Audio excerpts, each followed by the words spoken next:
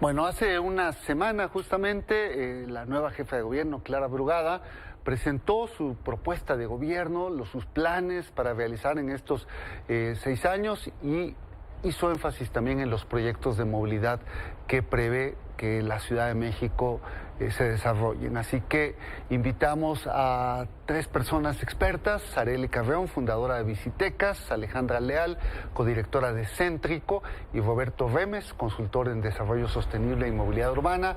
Los 3 le saben mucho al tema, son habitantes de esta ciudad y pues queremos escucharlos. ¿Qué opinan del plan que acaba de lanzar Clara Brugada en términos de movilidad? Ale, comenzamos contigo, Alejandra Leal. Claro que sí. Hola, ¿qué tal? Buenas tardes. Un gusto estar aquí contigo y con nuestros compañeros. Pues fíjate que creo que fue buena noticia ver que hay metas en distintos sectores. Concretas. Sí.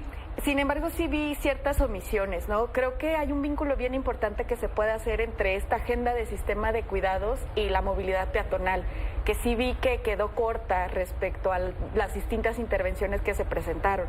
En temas peatonales se presentó muy poco. Me entusiasma mucho todo el tema ciclista. 300 kilómetros los necesitamos y los necesitábamos desde hace mucho tiempo. Creo que el tema de mantenimiento de lo que ya está y de continuidad con lo que viene es importante. Y también vi una apertura, un tema de hablar de participación ciudadana, que creo que la Ciudad de México lo necesita más que nunca para identificar esas problemáticas y empezar a echar a andar proyectos pues que han estado parados por mucho tiempo sin tener que empezar de cero con ideas nuevas, digamos. Muy bien, una primera intervención. Roberto Remes. Me parece que vemos lo que normalmente vemos cada 6 años, es decir, proyectitis, pero no política pública, ¿no? Es decir, no caminamos en una dirección, sino, bueno, pues ahora hagamos un teleférico por acá, ahora hagamos una calzada elevada encima de Calzada de Tlalpan y quitemos los microbuses y hagamos 300 kilómetros de ciclovías. ¿Hacia dónde estamos caminando? Estamos caminando a hacer sustentable la ciudad, entonces tenemos que mandar el mensaje claro de desestimular el auto, y no es el caso, no lo está diciendo, al contrario, está promoviendo 2 medidas que van a favor del automóvil: la licencia permanente y la agilidad en los semáforos, y que va en contra de la seguridad vial, que no lo comentó, y pues sí, como que son proyectos, pero nada hilvana los proyectos. Muy bien, Arely Carreón. Fíjate, a mí me parece, como dicen los colegas, que existen como luces y sombras, y hay cosas que aparecen muy positivas: esta ampliación del metro, mantener inversión pública estratégica para lograr que los sistemas de movilidad integrada pues se mantengan y mejoren, se amplíen hacia el Estado de México. Todo eso son buenas noticias, son continuación de un proceso que necesitamos como ciudad, que de hecho hemos estado trabajando en eso ya, no estos 6 años anteriores, sino durante ya décadas. Y sin embargo, siento que justo existen estas propuestas que tienden mucho a buscar la popularidad, ¿no? A decir, se habló o fue muy popular en su momento el que las licencias fueran permanentes, vamos a hacerla otra vez, ¿no? Vamos a empezar, y además lo vamos a hacer rápidamente en los 100 primeros días. Y lo mismo me sorprende muchísimo, me alarma, de hecho, que se retome una propuesta que se presentó desde la oposición como una propuesta ya para llevarse a cabo, para crear una calzada flotante, diciendo, sí, sobre el metro, la línea 2 del metro en Calzada de Tlalpan, buscando, según esto, pues mejorar, digamos, el entorno de esta vialidad, pero contrario a todo lo que sabemos que funciona y a todo lo que ya está establecido tanto en la ley como en la norma 004 SEDATU, que dice cómo debe ser la infraestructura urbana. Bueno, volvamos en un momento a la calzada flotante. Déjame primero plantearles cómo reciben la propuesta de transporte público, estos corredores de Metrobús alrededor del circuito interior y a lo largo de todo el periférico. A mí, bueno, dale. A mí, fíjate, me parece que tienen una buena lógica.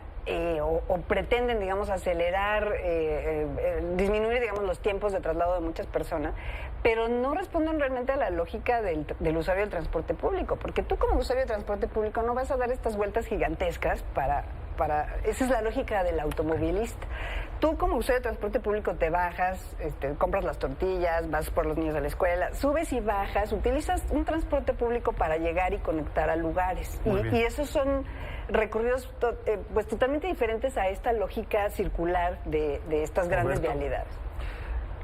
He visto estudios de demanda del circuito interior, del circuito bicentenario, y la demanda no merita una línea de Metrobús. Lo que sí creo que se puede hacer es que la ruta 200 de RTP, la ruta bicentenario, que tiene un más o menos buen funcionamiento, pero no siempre es regular, entonces pues hay que trabajar en la regularidad, hay que trabajar que donde se esté atorando vaya más rápido, etcétera, y creo que eso nos soluciona bastante. Periférico. Si nosotros hacemos algo, ciudad, ¿no?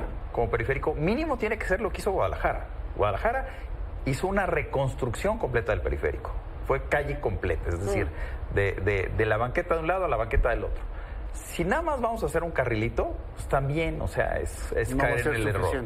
Y sí, coincido con Arely, o sea, las rutas troncales son las más importantes. A ver, periférico sí tiene una altísima demanda, estamos hablando de más de 200,000 usuarios, o sea, sería una ruta de muchísima demanda, pero también me parece fundamental ir trabajando. Hay varios ejes en los que, sin afectar mucho el tránsito, a mí sí me encantaría que lo hiciéramos, pero sin afectar mucho el tránsito, hay 2 o 3 ejes que podemos meter el Metrobús todavía, sin grandes complicaciones, y generar corredores norte-sur, oeste-oeste. Muy bien, Alejandra. Creo que siguen enfocándose mucho en el paradigma de mover grandes cantidades de personas en grandes distancias. Creo que hace falta más este enfoque de accesibilidad, de cómo las personas van a llegar a sus destinos finales, cómo van a conectar sus casas con estas estaciones. Vemos inversiones muy grandes en esto, pero también a veces la conectividad más local es lo primero que se descarta en estos proyectos. Entonces creo que sí falta esta visión más integral y también desde una perspectiva del derecho humano, ¿no? La Ciudad de México fue la primera en reconocerlo en su Constitución. Desde el 2011, la primera iniciativa al respecto. Así es, ahora ya lo tenemos a nivel nacional, pendiente, por ejemplo, la armonización de la Ley de Movilidad de la Ciudad de México, pero todo ese enfoque creo que le da un sustento y una visión mucho más integral y más de política pública, coincido, que digamos que soporte esta estrategia más integral. La licencia permanente les complicó la armonización. Bueno, hablemos de la calzada flotante y después de la licencia. Arely ya manifiesta un poco lo que piensa. Pues hay proyectos, Norman Foster trató de hacerlo con el Sky Cycle en Londres. En Puebla tenemos la vía Atlixcayotl. En China hay algunas que funcionan. ¿De plano la descartan? Sí. Arely, sí. Totalmente, Roberto. totalmente. A ver, yo no la descartaría, pero me parece que el abordaje es equivocado. La propia jefa de gobierno habló de la división política de la ciudad y que quedó marcada prácticamente por la calzada de Tlalpan. El límite es Plutarco Elías Calles, pero prácticamente fue la calzada de Tlalpan. Si yo le pongo un segundo piso, sea vial o sea peatonal, a la calzada de Tlalpan, lo que estoy haciendo es como ponerle un segundo piso al muro de Berlín. ¿No? Es decir, no se trataba de caminar encima del muro de Berlín, se trataba de tirar el muro de Berlín. Me parece que la conversación tendría que ser más de democracia, de participación ciudadana, de qué hacemos con Tlalpan, más que decir, ahí les va y cómo lo podemos mejorar, ¿no? Alejandra. Yo lo vincularía también con el tema de seguridad vial. O sea, como Tlalpan, sabemos, es una de las avenidas que tienes casas, tienes escuelas, tienes clínicas y a la par tienes velocidades que no son compatibles con esa vida urbana. Y eso se repite en los ejes viales, en distintos entornos, que lo que requieren más bien es permeabilidad. Es interesante que ponga el dedo en la llaga, porque Tlalpan es una llaga de la Ciudad de México, es una barrera que parte a la ciudad, pero creo que sí requieren de propuestas construidas con la ciudadanía, con los vecinos, con quienes ocupan ese espacio, para encontrar eso, cómo cerramos estas barreras y cómo afectamos positivamente la realidad de quienes ahí habitan.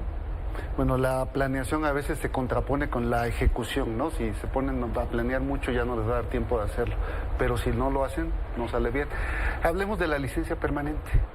La licencia, de acuerdo a nuestra ley local, debería ya tener un proceso de un examen. Eso no se ha cumplido tenemos 10 años con una ley que no se ha cumplido, que dice, la Secretaría tiene la atribución para establecer con qué mecanismos va a brindar esta licencia.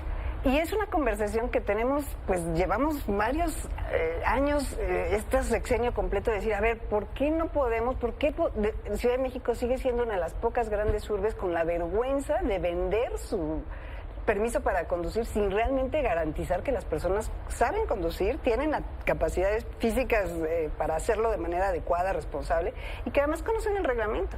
Entonces, antes de tener esta conversación de, a ver, pues no va a haber tantos trámites, no va a costar tanto, no va a ser engorroso, vamos platicando cómo hacemos para que se cumpla lo que está en la ley y que establezca que realmente las personas saben conducir adecuadamente.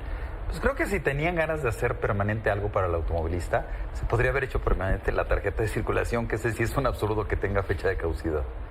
Que cada 3 años hay que renovar. O sea, mejor haz permanente la tarjeta de circulación y sí, sé responsable y pues necesito yo evaluar tus condiciones físicas, ¿no? Pues uno va perdiendo la vista con los años o podría perder destreza y tus habilidades de manejo, o eventualmente hasta tus conocimientos teóricos, para darte la primera licencia, o ir poniendo condicionamientos a permisos para menores y una serie de... O el cambio en la señalética, los nuevos personajes urbanos, ¿no? Alejandra Leal. Sí, pues en la Ciudad de México mueren alrededor de 500 personas al año a causa de siniestros de tránsito. Creo que es una agenda, no podemos estar perdiendo a más de una persona al día en nuestra ciudad con medidas que pues van en contra de lo que recomienda la misma Organización Mundial de la Salud. Yo diría que uno de los pendientes en este tema es el contar con un examen para obtener esa licencia, ¿no? O sea, estamos ahorita en el peor de los momentos porque ni hay examen, al menos la licencia tampoco es permanente, pero pues solamente pagas. Generalmente esto es un tema que termina siendo recaudatorio, ¿no?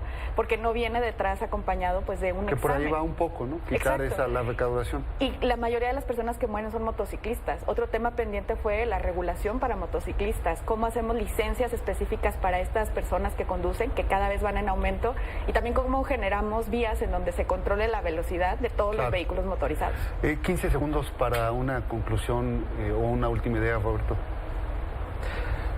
Digo, en términos generales me parece que tenemos que recuperar la capacidad central de la ciudad. O sea, tenemos muy saturadas las rutas centrales de la ciudad y le estamos sumando servicios periféricos. Entonces es fundamental trabajar mucho más en la oferta de transporte público central. Arely. Grandes oportunidades con una presidenta mujer y una gobernadora mujer para la zona metropolitana, en concordancia, digamos, de el potencial para que pudieran hacer cosas maravillosas para la zona metropolitana y este gran conglomerado que somos la zona metropolitana más densamente poblada de nuestro país es impresionante. Es de verdad una oportunidad que deben de poder tomar. Bueno. Y claramente también armar la política de movilidad junto con la de ordenamiento territorial y una política de vivienda que no tenemos y que es urgente. Alejandra, para cerrar. Creo que una perspectiva del derecho a la movilidad va a ser básica para poder aterrizar esta política pensando en las personas más vulnerables, personas que caminan, que andan en bicicleta, que andan en transporte público, y la combinación de esto con el sistema de cuidados creo que puede ser un gran éxito. Bueno, Alejandra Leal, Roberto Remes y Arely Carreón, muchísimas gracias por acompañarnos esta tarde. Gracias.